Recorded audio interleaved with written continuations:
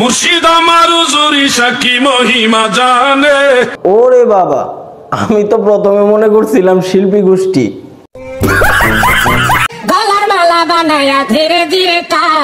পরে না দেখলাম উনি আমাদের জগৎ বিশিষ্ট চাপাবাজ মুফতি আলাউদ্দিন জিলাপি। অবশেষে হুজুর আইসুন, মুর্শিদ আমার হুজুর ঈশা কি মহিমা জানে, এই গানটারে মুস্তাহাব বানানোর জন্য। কি সাক্ষ্য প্রমাণ আছে তোমার কাছে? এরপরে একটা আওয়াজ হয়েছে, হিমহে না হিমতে না কিরকম, এটা এডিটের কারণে হয়েছে নাকি বাস্তবে হয়েছে, এটা বুঝারও ব্যাপার। আরে না, এটা এডিটের কারণে হয় না, এটা বাস্তবে হয় নাই। এটা হয়েছে কি, বক্তার বায়ু দূষণ হয়েছিল। এই যে একটা বিষয়, এটাও কিন্তু হেভি ভাইরাল হয়েছে। হেভি ভাইরাল হয়েছে, কিন্তু হেভি দুর্নামও হয়েছে। তো ওইটা বলেন না। এখন হেভি ভাইরাল হয়েছে বলে কি এটা ফরজ হয়ে গেছে না মুস্তাহাব হয়ে গেছে? আমরা তো দেখলাম সাধারণ জনতা কমেন্ট বক্সে বক্তাকে আইক্যওয়ালা দিতেছে। যারা বাতিল তারা এটা নিয়ে হেভি সমালোচনা করছে। ঠিক কইছেন, যারা বাতিল এরা এটা নিয়ে সমালোচনা করে, আর যারা মেন্টাল এরা তো এটার আবিষ্কারই করছে। তো বাস্তবে শাক দিয়ে মাছটা ঢাকা শুরু হয়ে যাইতেছে। ঠিক বলেছো। তাদের অনেক বক্তা আছে নামের সাথে আজহারি, কিন্তু স্টেজে হিন্দি গান রে গজল বানাইছে। যারা হিন্দি গান বানাইছে তাদের কি আমরা ধন্যবাদ দিছি, নাকি হিন্দি গানটাকে আমরা জায়েজ বলছি? তারা বানাইছে বলে আপনারাও বানাইবেন, এটাই কি আপনার দলিল?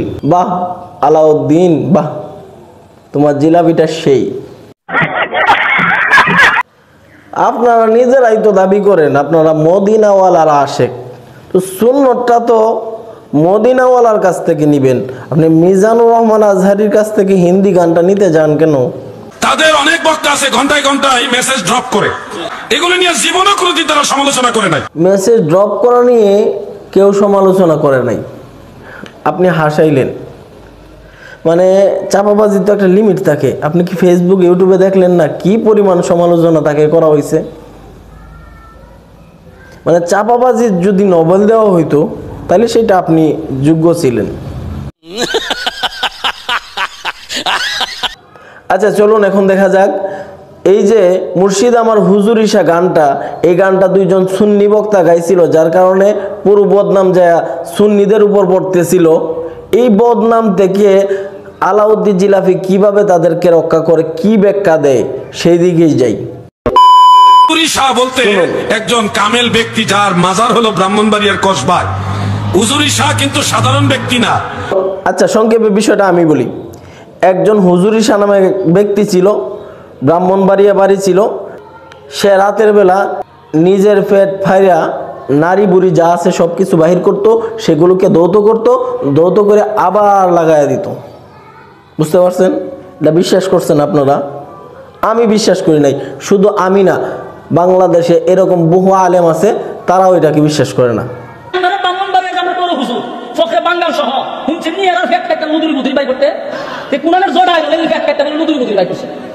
তবে যাই হোক, এই গল্পটা বলে আলাউদ্দিন জিহাদি যে কত বড় চাপাবাজ, আবার নতুন করে একটা প্রমাণ দিল। নিজের উজুরিগুলি নিজেই বের করতেন। ধন্যবাদ আলাউদ্দিন জিহাদিকে। এখন মানা আর না মানা এটা হলো আপনাদের উপর ছেড়ে দিলাম।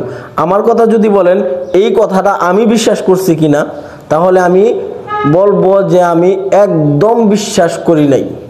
কথাগুলো বললাম, আপনার মনে চাইলে হয়তো মানবেন, না মনে চাইলে না মানবেন, কিন্তু একটা কথা মনে রাখবেন, হুজুর ঈশা বলেন আর আব্দুল কাদের জিলানী রহিমাহুল্লাহ বলেন, যে কোনো পীরের কথা বলেন, যে কোনো বুজুর্গের কথা বলেন, তারা কিন্তু আপনার কবরে যাবে না। আপনার কবরে কিন্তু আপনাকেই যেতে হবে, আর সওয়াল জবাবের প্রশ্নের উত্তরগুলো আপনাকেই দিতে হবে।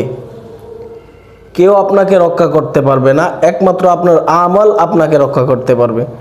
যদি ভিডিওটি ভালো লাগে তাহলে অবশ্যই শেয়ার করে দিবেন।